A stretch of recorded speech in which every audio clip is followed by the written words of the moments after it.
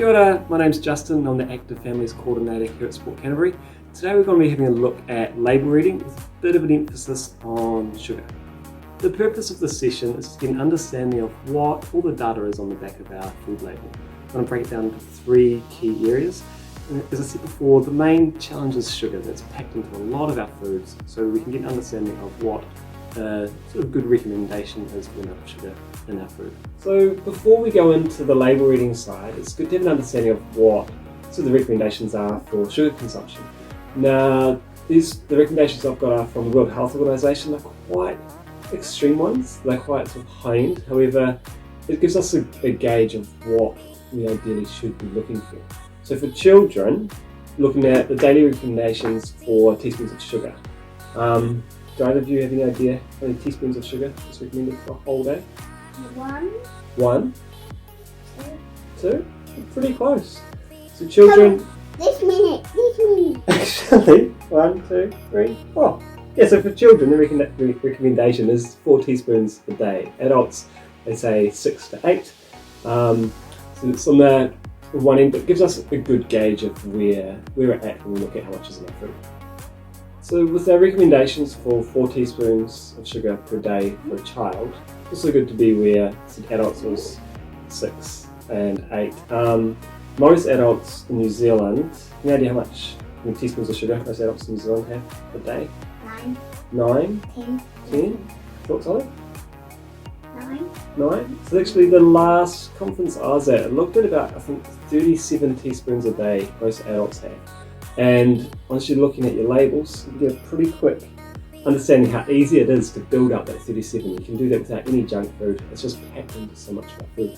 To get a visualization, we're going to measure out our 4 teaspoons, get an idea of what that sort of looks like. So, actually, we'll start. Let me get a teaspoon of this and pour it into your thing. Or salt. Is it sugar or salt? This, I've actually changed to salt for too many children. So for our visual representation, here's our 4 teaspoons, sort of a child's daily recommended amount. Yeah, so put that right up. Nice. Put them on the line. This is not the line. Ew.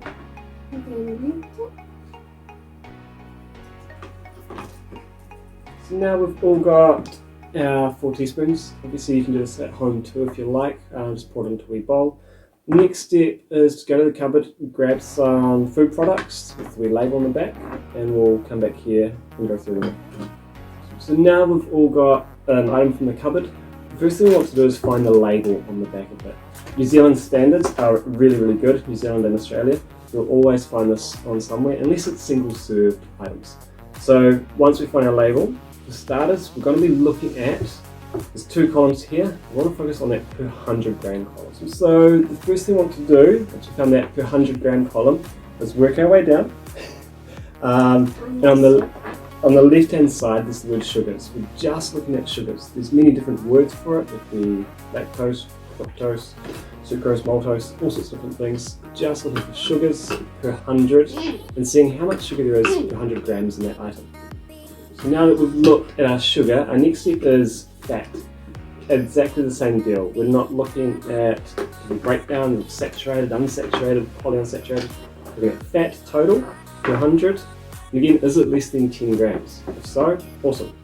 So fat less than 10 per 100. So for the example I've got here with these biscuits, my fat total is at 11 grams, so just over. So we're in a pretty good spot. So summary of those two is fat per 100 and sugar per 100. Looking at less than 10 grams for both of them. And the last one we're going to look at on this label is our fibre. Obviously there's a lot of other information on there, but we're kind of focusing on our fat, our sugar and our fibre to keep it really simple. So this time, fibre is something really good, something we want more of. So the other two are less than 10. This one we're going for more than 5 grams of fibre in that item. So we'll have a look at these ones. So now we've got an understanding of our label reading, we're going to work out how much sugar is in the entire unit. So this is our serving size. So our sugar per serving in this one, for example, is 1.7 grams. We're timesing that by the amount of servings in the whole unit to work out how much sugar there is. So we've got 1.7 times 50. For this container, it's worked out about 85 grams of sugar in the entire container. So we want to work out how many teaspoons that is. So our teaspoon measure here is equivalent to 4 grams. So we're taking our total, 8.5, and we're dividing that by 4 to work out how many teaspoons of sugar on this whole unit. Our total for us today is worked out as 21 teaspoons. So 21 teaspoons of sugar in this entire unit. So bear with us for a moment and we'll work out what 21 teaspoons can look like. So for our example here, we've got our complete bottle of peanut butter, and Ollie's got all our sugar here. Do you want to show how much sugar we've got? So that's how much is in this entire unit. It's surprising if you look at things like bars. Often they've got 2 teaspoons in 1 bar, bearing in mind that 4 teaspoons for a whole day, so it adds up really quickly. So if anything, our focus is to look at our sugar, less than 10 grams per 100. However, I'll also attach a document which will break down that 10-10-5, and it also compares 2 food products quite clearly, with that real emphasis on how much sugar is in the item. Along with our peanut butter example, I'm going to show you how much sugar is in a few of the other foods we've got around the house.